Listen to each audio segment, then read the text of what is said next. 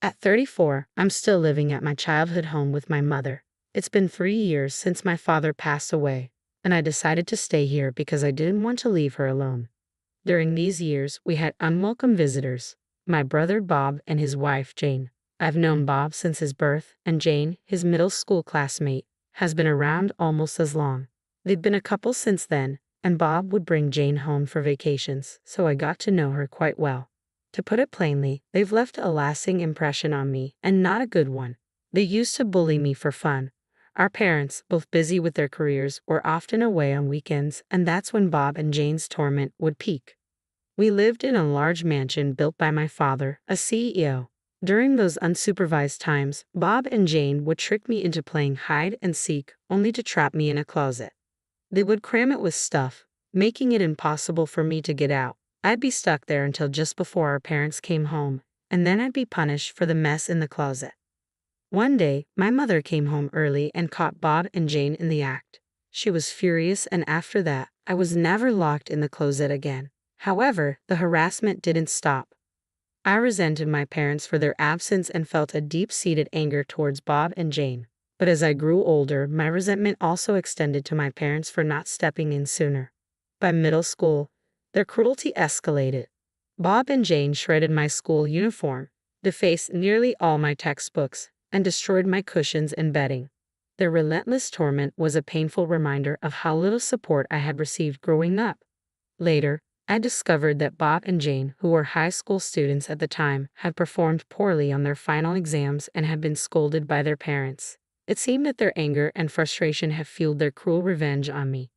I was left stunned in my devastated room, overwhelmed with questions. Why was I enduring this? Why was no one coming to my aid? I stood there, lost in these thoughts, until my mother came to call me for dinner. When she saw the state of my room, she screamed in horror. My father rushed in as well. Bob, the last to arrive, struggled to contain his laughter, occasionally letting out a chuckle. Confronted by my shocked parents, I cried out, "Mom, Dad, I want to leave this house."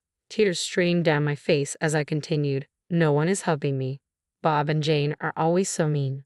My toys, my study materials, my clothes, they're all ruined. I don't want to live like this anymore. I hate both of you. You're not helping me." It was the first time I had cried so openly in front of my family. Until that moment, I had silently endured and wept quietly in my struggles.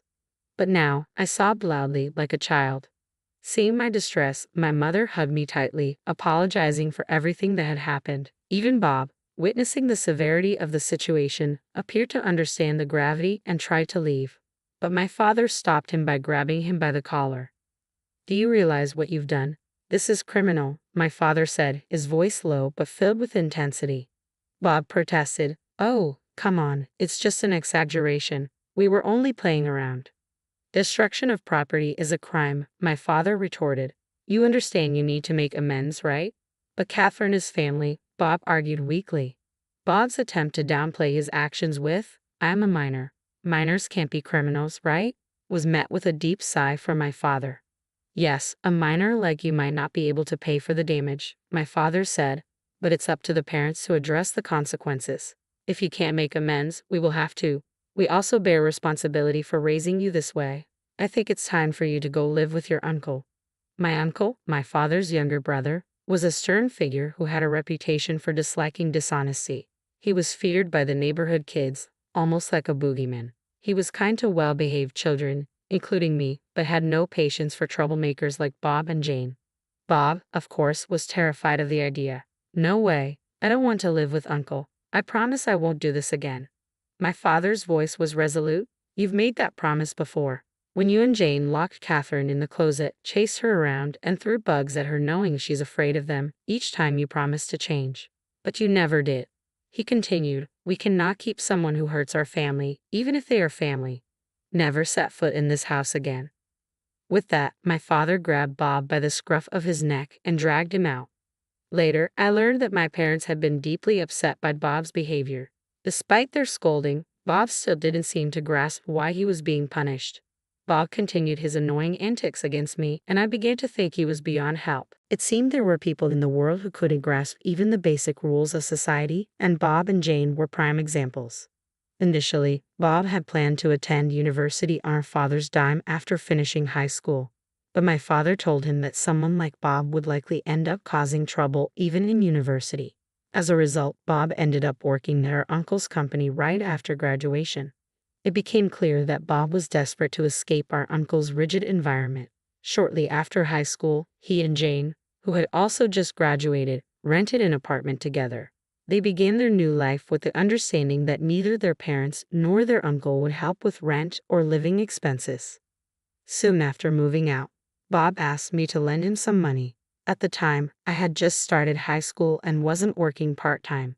The money I had saved up, which Bob had previously stolen when he lived at home, had been fully reimbursed by my parents as I had documented everything meticulously in a notebook. Although I had the money, I had no intention of giving it to him. I told Bob, "Aren't you ashamed to ask your high school-aged sister for money? I'm not even working, so I don't have any extra funds. There's no way I'm giving you any." After that, I informed both my mother and father about Bob's request for money. They were furious and vowed not to provide any further assistance. I felt it was best for Bob and Jane to fend for themselves without relying on others. Since then, I focused on my studies and worked hard to go to college. I dedicated myself to my studies throughout college and, after graduation, joined a company where I continued to grow and learn. My busy life made me completely forget about Bob. That is, until an invitation to his wedding arrived at our house. I saw that Jane, with whom Bob had been living, was the bride. I thought, so they're finally getting married. My parents and I discussed whether we should attend the wedding of a family member. However, just a few days before the wedding, my father collapsed and was rushed to the hospital. He had always been fragile, but this was the first time he had collapsed so severely. Both my mother and I were frantic and immediately called for an ambulance. In the midst of the chaos, I reached out to Bob, only to be met with a dismissive response. "I'm about to get married. Don't call me during this crucial period of my bachelorhood," he said. When I informed him of our father's emergency hospitalization, he shrugged it off, saying, "He just tripped, didn't he? Make sure to come to my wedding." And with that, he hung up. Shortly after, our father passed away. With both the wake and funeral inevitable, my mother and I had to inform Bob that we wouldn't be able to attend his wedding. Despite his insistence that we come, we decided to stay home. We also informed Jane's parents about our father's passing and our inability to attend the wedding. While Jane's parents understood our situation, Bob and Jane criticized us for not coming, calling our absence disrespectful. The messages left on my mother's and my voicemail were so absurd that it made me question who the real rude ones were. Bob and Jane accused us of being disrespectful, claiming that we were trying to ruin their wedding, despite all the effort we had put into it. While my mother and I were occupied with arranging the funeral, Bob and Jane proceeded with their wedding as if our father's death was an afterthought. After that, my mother and I chose not to discuss the situation further, but it was clear that our relationship with my brother had been irrevocably damaged. Then, unexpectedly, Bob showed up at our doorstep. When I answered the intercom and heard, "I've got a delivery," I was taken aback to see Bob and Jane standing there. The monitor had only shown their silhouettes, so I was unprepared for their arrival. As soon as I opened the door, they barged in with large pieces of luggage, pushing me aside. Hey, what's the rush?" I protested. It seemed Bob had completely ignored our father's final command to never set foot in our house again. Bob and Jane rudely entered, dumped their luggage in the hallway, and began speaking to me without any regard for decency. "You and Mom need to leave this house immediately," Bob declared. "What?" I responded, shocked. "Isn't Mom diagnosed with dementia? This mansion isn't suited for someone like her or a loser like you who never improves." Bob continued, "A place like this should belong to glamorous people like Jane and me. So you need to get out right away." I was stunned. What on earth was my brother talking about?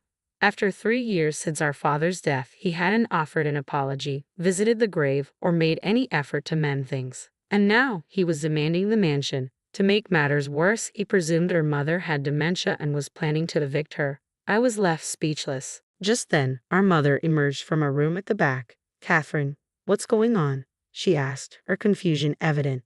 When she saw my brother and Jane, she said something that left me even more bewildered. "Oh, who might you be? If you're a stranger, please leave," she said. Bob and Jane burst into mocking laughter. "See," Bob said, "this is how she acts every time we call her. Her dementia must be getting worse."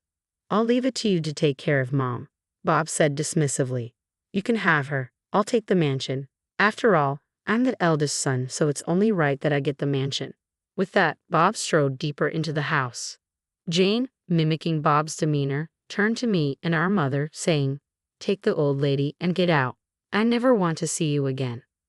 I rushed to my mother's side, asking, "Mom, are you okay?" Feeling as though we were being forcibly evicted, my mother and I left the mansion, abandoning all the old furniture behind. We gathered our personal belongings and fled the house.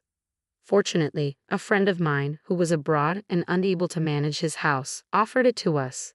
His cousin had been looking after it, but with his imminent transfer to another state next year, it seemed like perfect timing for us to use it.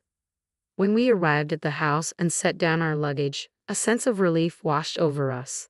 We took a moment to breathe deeply and relax. Then my mother said with a hint of humor, "We've left that house, and I still can't stand how Bob and Jane acted. Maybe we should just sell it." I took the opportunity to ask the question that had been on my mind. "Bob said you have dementia, Mom. What's that about?" "Oh, that," she said, her tone reflective. "About 2 years ago, Bob and Jane began frequently asking me for money. They didn't attend their father's funeral or contact me afterward. I was baffled by their nerve to ask for money after treating me so poorly. So every time they called, I pretended not to recognize them and said, 'Who? I don't know you. You're a stranger to me, right?' It seemed Bob and Jane misunderstood my mother's indifference. They interpreted her treatment of them as forgetting who they were, assuming she genuinely had dementia because she no longer wanted anything to do with them.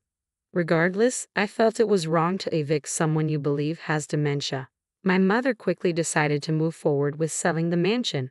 We had discussed selling the large mansion ever since our father passed away, and we were left living there alone. At that time, one of the executives from my father's company, where I am currently undergoing training as a successor, had expressed interest in buying the mansion if we decided to sell. So the buyer was essentially confirmed. We just needed to handle the formalities. When I spoke with a real estate acquaintance and explained the situation to the executive, they agreed that if we left Bob and Jane alone, the house could fall into serious disrepair. Something needed to be done quickly. A week later, my smartphone rang incessantly, and my mother's phone was also blowing up. There were numerous calls from Bob to my mother's phone and from Jane to mine.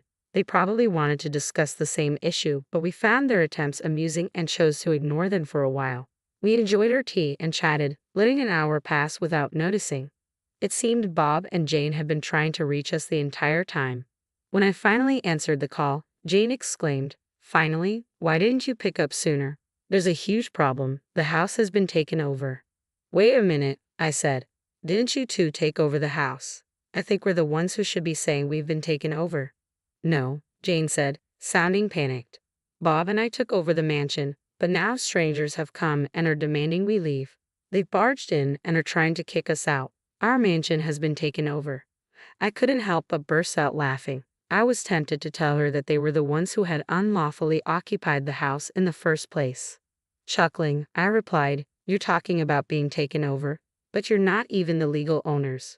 My mother, the rightful owner, sold the house to someone else. So the strangers you're talking about are the new owners, and you need to move out." "What?" "She sold it. But this mansion belongs to Bob." Jane was in shock. "When did anyone say that?" "Well, no one explicitly said it," I answered, "but Bob is the eldest son. Isn't it assumed that this house, along with the property and the company, would eventually be his? And that Jane would live elegantly as the CEO's wife in this mansion?" Despite everything, Jane was frantic and struggled to grasp the situation.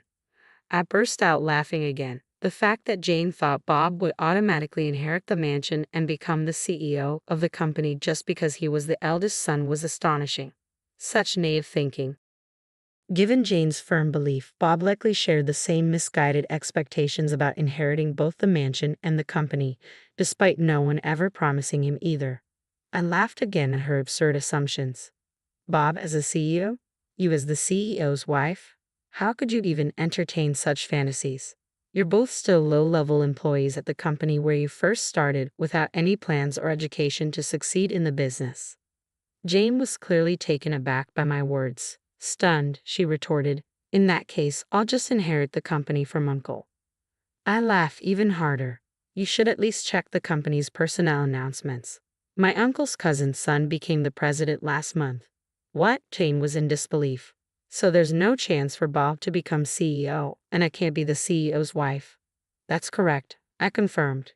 Can I hang up now? I don't think I need to talk to strangers anymore.